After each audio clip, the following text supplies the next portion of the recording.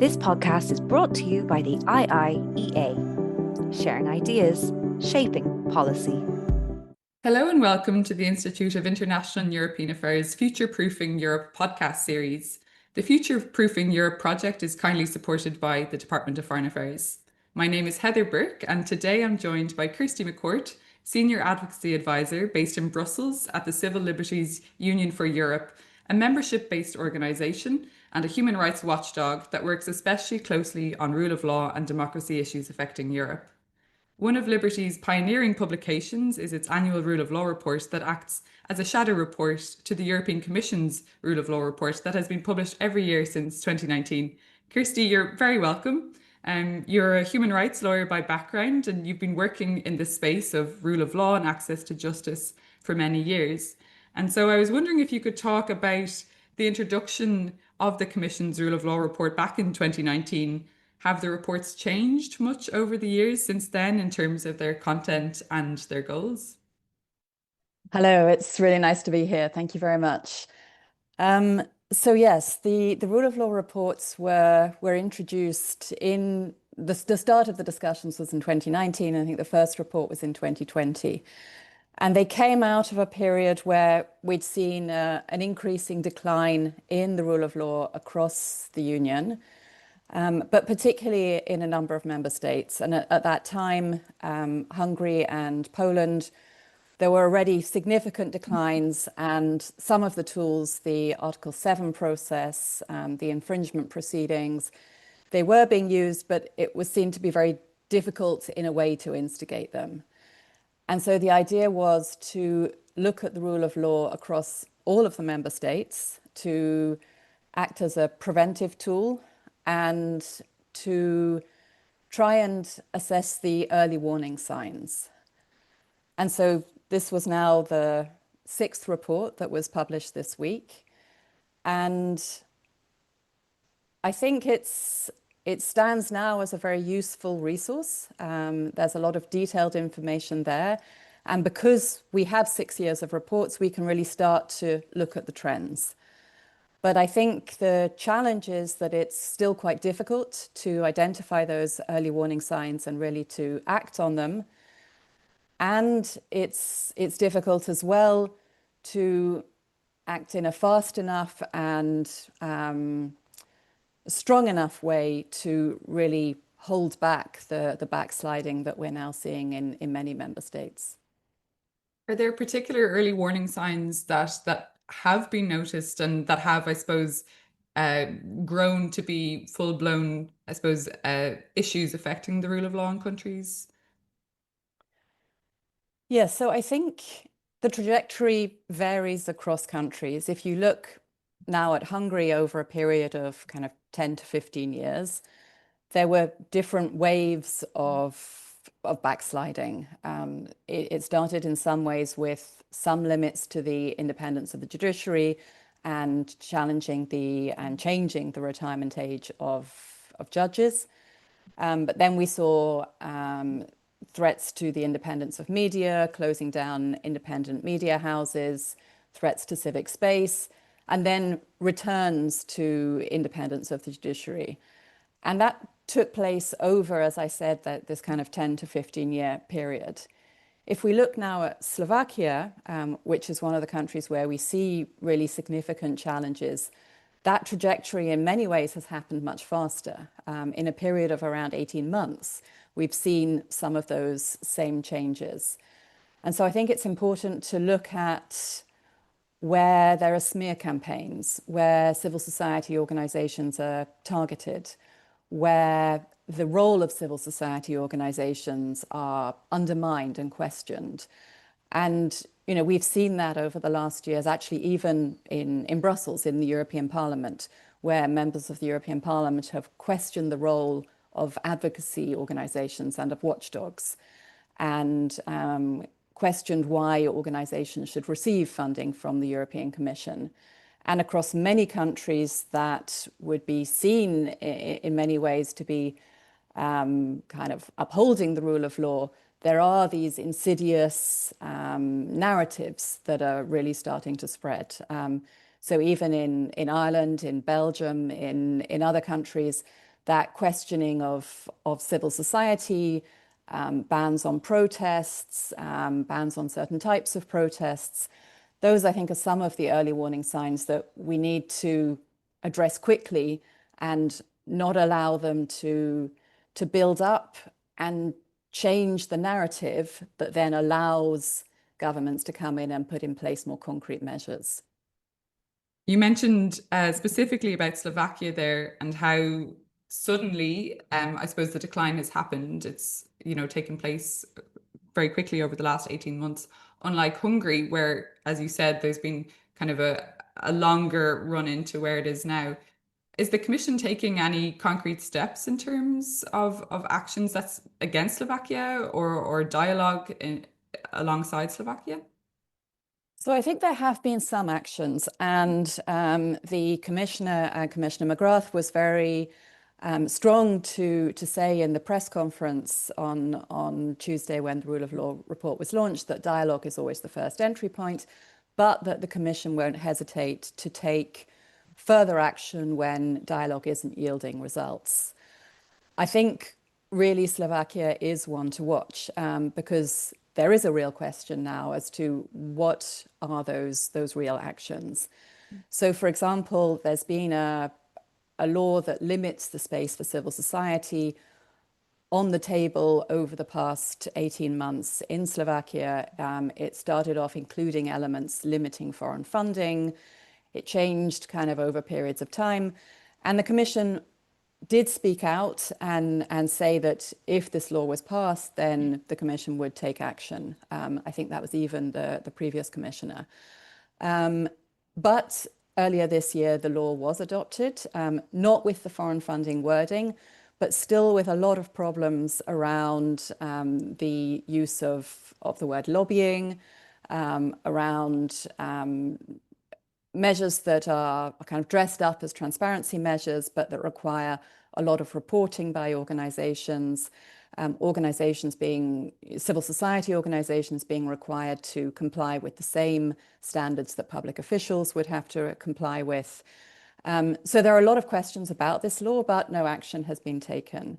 And I don't think there was a specific recommendation in this year's report on that law. So the question really is there the potential to open infringement proceedings and take legal action, or are there other in-between tools? And I think that's also a question that we have. We've said that one thing it's important to be able to do is, outside of the annual cycle of the Rule of Law report, if there is a significant change, if there are new laws proposed, if there are signs of decline, then the Commission should be able to issue some kind of an advisory note or some kind of a public message that things are going in the wrong direction. But still, outside of bringing a legal case, are there other actions that the Commission could be taking beyond the dialogue that they're keen to stress is very important? And we recognize that is important, but sometimes there also needs to be more openness around the timing of the dialogue and what is happening and how civil society then can also respond. I think as well, in his introduction of the Rule of Law Report 2025 on Tuesday, Commissioner McGrath, I think, also emphasised that rule of law has to be linked to EU funds, which is something that has been reiterated, but maybe we haven't seen in practice. Were you glad to hear that comment? Do you think there is a chance that will be seen in recent or coming months? So I think that is an important step, and there have been steps to use the conditionality regulation and to withhold funds in Hungary and in Poland in relation to systemic violations of the rule of law. The promise with the new Commission is that the recommendations of the reports would potentially be linked to the budget and to funding. And I think we're waiting next week to see what will come out in the first paper that the Commission will put forward, I think next Wednesday, on the new multi-annual financial framework, and whether there is some wording in there that indicates how this link might be made.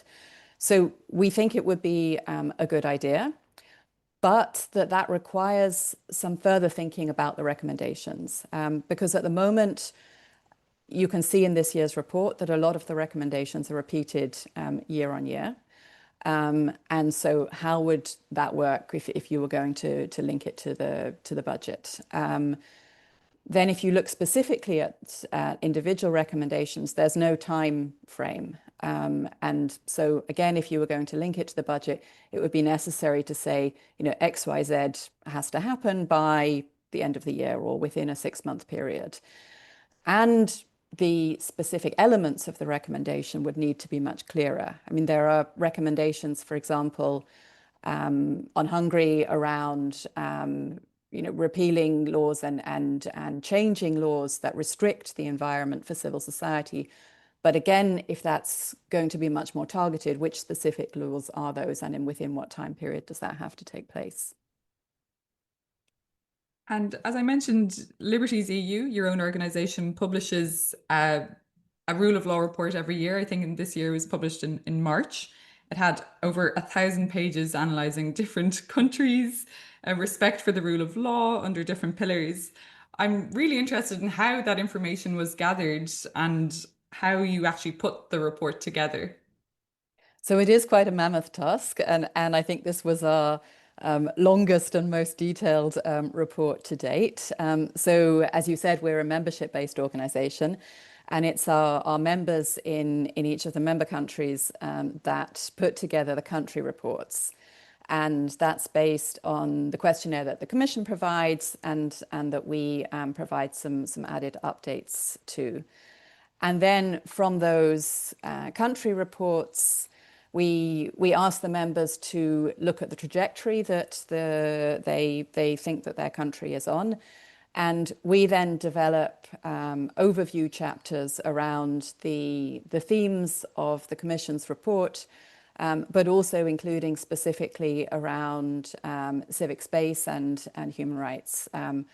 So civil society has over the years called for a dedicated chapter on civic space. It is included in the checks and balances, but we think given the importance, the fact that it is kind of one of those foundational issues and one of those foundational rights, that there should be a dedicated chapter. So we pull together those overview chapters and then a kind of overarching synthesis.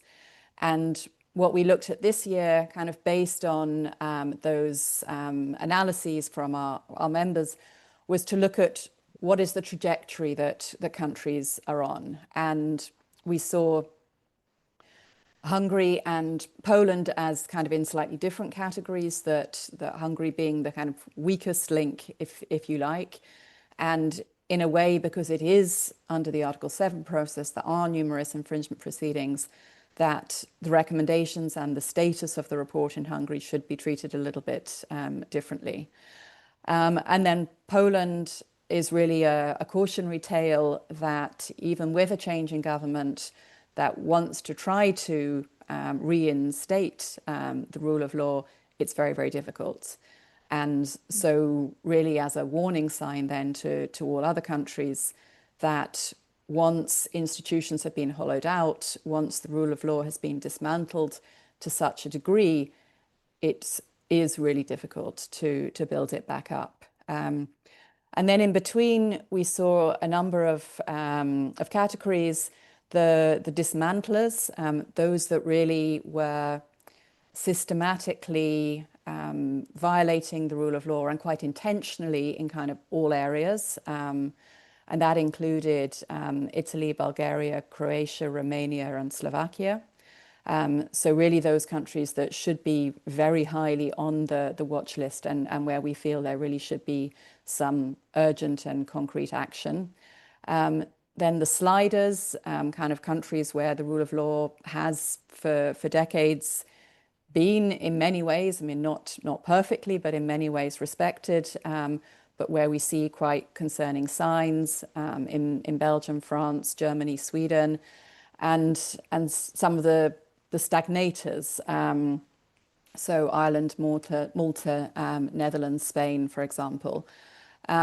So those later two groups are the ones where we see those early warning signs that we talked about at the beginning, and where, yes, it might not be that there's a legal case to bring, but there has to be some kind of action, and the recommendations can't just be repeated year after year.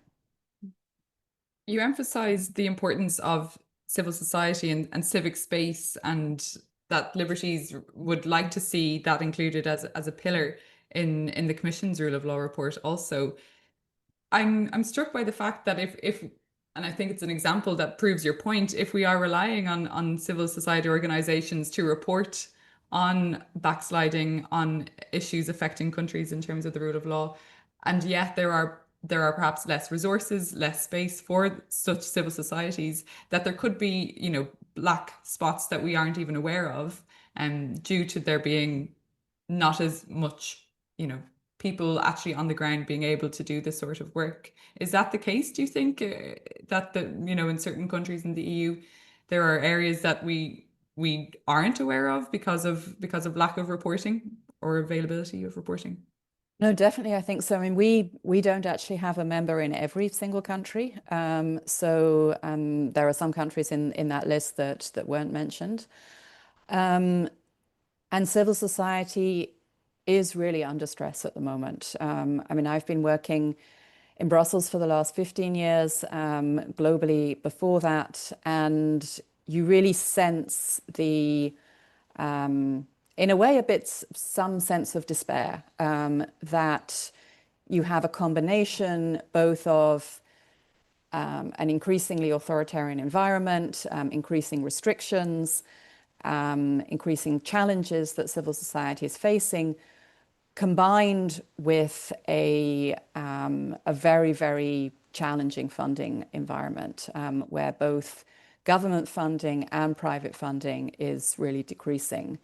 And I think the other element, and this was also raised by the Council of Europe Commissioner for Human Rights, Michael O'Flaherty, that he had said that the situation for civil society and human rights is the worst that he's seen in his career. But what is also different is the lack of support and solidarity from governments and from leaders. And so civil society then, I think, feels quite on its own. And when, for example, you have these attacks in the European Parliament, really designed to put questions into people's minds as to what is the role of civil society, and when they're called a kind of shadow force and these kinds of things, it does create both a dangerous environment, but then also, as you say, that you don't then have the resources and the people to be able to carry out the day-to-day monitoring that is needed. I mean, you can't gather this data overnight. I mean, it has to be gathered, on a day-to-day basis in order to be able to then identify the trends and to really understand where those triggers lie, and what a particular violation might mean in practice.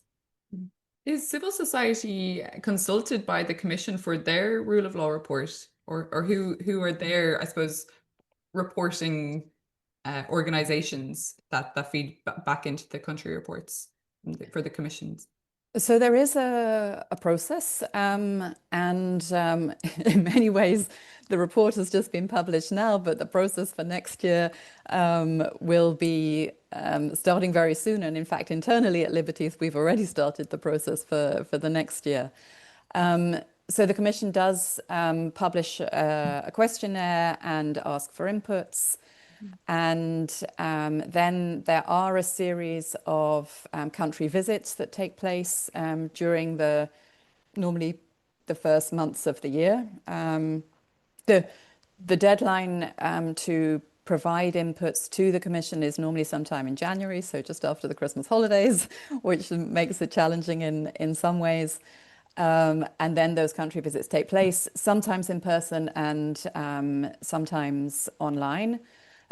I think one of the good things we've seen is that Commissioner McGrath actually, I think, attended a number of those country visits. The process has maybe improved a bit over time. There were instances in the last years where some of our members, who are generally the kind of key broad-based human rights organizations in the country, they cover a wide range of issues, were not necessarily invited or didn't receive the emails to those visits. I think that has improved a little bit. But I think there's also a lot of frustration from civil society that a lot of effort goes into the reporting process and to providing those inputs to the Commission. And then that's not necessarily reflected in the findings of the Commission's reports. I mean, it's definitely the case that there are references to the Liberties report and to the member reports, but very often the gravity of the issue or certain issues don't appear, and it's not necessarily clear why they don't appear. And so that, I think, then also creates a degree of frustration. And then the other frustration is around the implementation, and then what actually happens. I think, again, the Commissioner said on Tuesday that this is not one for the bookshelves or for the library, but how do we really ensure that it is implemented and it is brought to life? So if the recommendations are repeated year after year without any consequences, then that puts into question the amount of work and the process in itself. There is follow-up in the Council. There are dialogues that take place in the Council, but it's not really clear how those dialogues exactly take place. I mean, would there be the option for civil society from that country, when that dialogue is taking place, to be invited to a short segment of that dialogue, for example, or for the National Human Rights Institution to be invited? So there's a lot of opaqueness, I think, to the follow-up and to what happens after the report is published and the recommendations are made.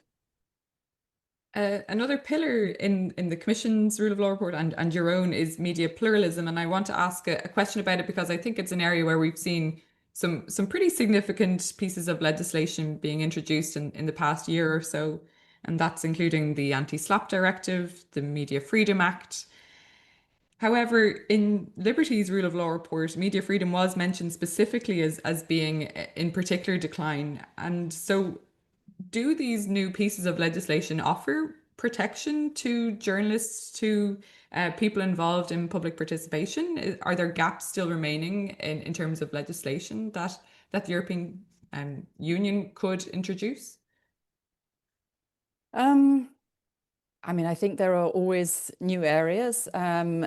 The European Media Freedom Act, actually, it comes, it's fully implementable in a month's time. So we'll have to see once that takes place and how it's then implemented, and whether the Commission then is willing to take action when it's not implemented.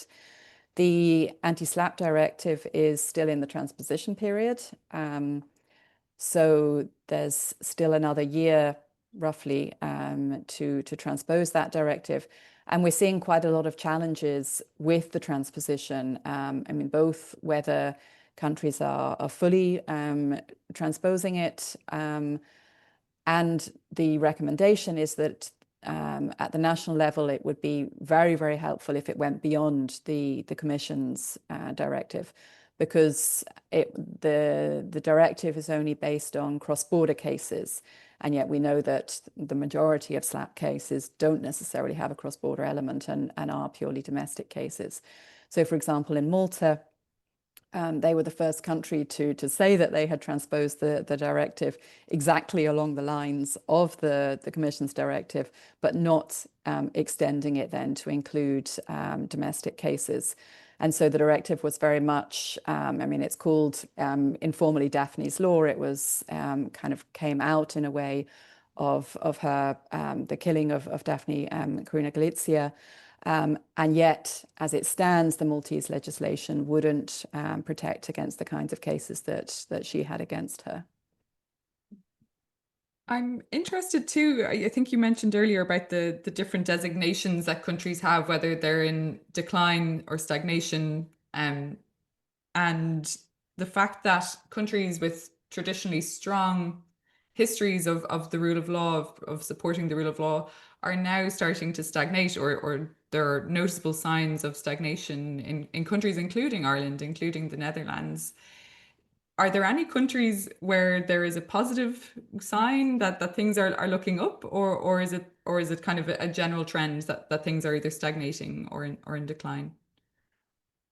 So we did see in Estonia and in the Czech Republic, there were some signs of kind of more rapid implementation of recommendations. And there were, unfortunately, only 8 recommendations in this year's report that were fully implemented. They were 3 of those were in Slovenia, 2 in the Czech Republic, 1 in Estonia, 1 in Luxembourg, 1 in Finland. If you look at some of those countries that you mentioned, the sliders or the stagnators, I think there it's also important to look at the kinds of violations that are taking place. And if you look at Belgium, for example, it has been quite widely criticised in the recent reports, and more broadly as well by others, for non-implementation of court judgments, both of domestic judgments, but also European Court of Human Rights judgments. And there, we think that should really be considered in some ways a foundational issue, that if you're not implementing judgments and also very clearly saying you're not going to do so, then that should kind of raise an alarm bell. And I don't know whether the deadline should be shorter, or there should be a kind of more direct consequence if it's a very foundational issue that you're not implementing. Whereas maybe there are some issues that are more around budget and resources, that as to whether your systems are functioning as effective as they could does depend on budgets and resources. Whereas if you categorically say you're just simply not going to implement a judgment, that's not dependent on resources. So there should be some kind of, I don't know, warning signs, trigger recommendations, foundational recommendations that really set the alarm bells and say, look, that's not okay if we're trying to ensure the rule of law across Europe, then this has to be one of the primary actions. And we've even seen with Luxembourg judgments from the Court of Justice of the European Union that they're also not implemented, even though the court has the power to impose very significant fines. And again, one of the recommendations that we have is that the Commission should have a stronger focus on implementation of those judgments, that there should be a focal point within the Commission on execution of judgments. There should be the possibility for those impacted organizations and the litigants in the case to be able to present to the Commission as to why and how the judgment isn't being implemented, in order to trigger the next step of the process when it goes back to the court for fines. It seems to me that, and based on what you're saying, that there's quite soft measures, there's the dialogue, and then there's quite extreme measures, let's say withholding funds, but it's that middle ground of actions that seem to be missing. And I think you mentioned specifically a year cycle is too long, especially when things are turning as quickly as they have been in the past few months. So am I right in saying it's those kind of middle measures that Liberties might like to see more of? Yes, and greater to follow up. So yes, I mean, either where there's a need to issue letters or calls where there are draft laws in place. I mean, we have seen, and it's very difficult to tell exactly the cause and action, if you like, but it seems that the Commission did write a letter to Hungary recently around the new transparency law that was proposed. And that law has now been postponed. Now, they say it'll come back in the autumn, and so that's a real space to watch. But the Commission can't launch an infringement proceeding on a draft law, but it can say something. And I think in the past it's been more reluctant to do so. But then I think the other in-between measure, if you like, would be to ensure that the recommendations are concrete and that they're time-bound, because otherwise they remain very elusive, and it seems very possible for countries to ignore them. I have one final question, I suppose, and it's looking to the future. Are there any things that we in Ireland, we in the EU, should be concerned about over the next 5 years in terms of the rule of law? I think one of the signs, and I mentioned it briefly, is the restriction that we see across many countries on the right to protest. And in some ways, I suppose that also emanates out of an environment where people and organizations and citizens feel that they don't have any other option but to take to the streets and say, look, this is not okay. We want to express our views on this. And so either the bans on protests, the bans on certain types of protests, the disproportionate use of force by the police, but then translating into actual restrictive laws and very harsh penalties. I think that is, and we saw that across nearly all countries in our Liberties report. So that's really a sign that we shouldn't ignore, and that we should both ensure that the right to peaceful protest is respected, and that people can take to the streets and express their views. I think what we would like to see, I don't know, looking forward to in 5 years, is real leadership from both from the EU and from member states, for the report to be continued, but for that link between the findings and the action to be really strengthened, and that it's very clear in all countries that we are on a dangerous trajectory. It can go very fast, and if we kind of hold back and say, well, okay, these are not so important, there are other more important issues to address, or the global state of the world. If we don't get these issues right in Europe, then we face a very difficult trajectory going forward. Kersty, thank you so much. I think this has been a really wide-ranging and interesting discussion. I think you've proved the point that rule of law is not something to be pushed to the side or to be forgotten in place of other, I suppose, priorities across the EU. So again, thank you for your time, and look forward to speaking to you again soon. Thank you. Thank you very much. This podcast is brought to you by the IIEA, sharing ideas, shaping policy.